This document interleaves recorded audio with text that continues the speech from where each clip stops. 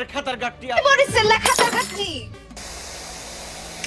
আপনারা যারা বরিশাল বিভাগের মানুষ দেখলেই বরিশাল্লা খাতারঘাটটি বলে থাকেন, তাদের জন্য আজকের এই video. Proud to B A বরিশাল্লা।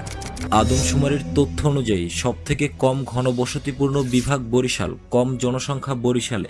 সবচেয়ে মজার ব্যাপার হলো সাক্ষরতার হার সর্বোচ্চ বরিশালে।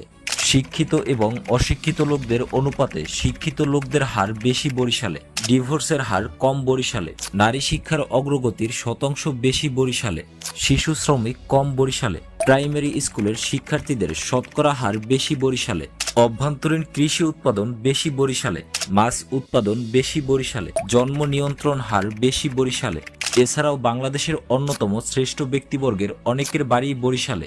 গ্লোবাল ইন্ডেক্স এবং বাংলাদেশ পরিসংখ্যান ব্যুরোর তথ্য অনুযায়ী বাংলাদেশের সবথেকে বিশুদ্ধ বাতাস বরিশালে। পরিবেশ দূষণের হার সবচেয়ে কম বরিশালে। সবথেকে বসবাস উপযোগী শহরের মধ্যে বরিশাল যৌথভাবে খুলনার সাথে প্রথমে। এছাড়াও তৎকালীন সময়ে বরিশালকে বৃহত্তর বরিশাল বলা হতো। বাংলাদেশ সহ ভারতে হাতে গোনা এমন অল্প সংখ্যক জায়গা আছে যার পূর্বে বৃহত্তর কথাটি যুক্ত হয়। ধান, নদী, খাল এই তিনে বরিশাল। এই প্রবাদ থেকে বেরিয়ে এসে বরিশাল এখন আদর্শিক এবং অনুকরণীয়।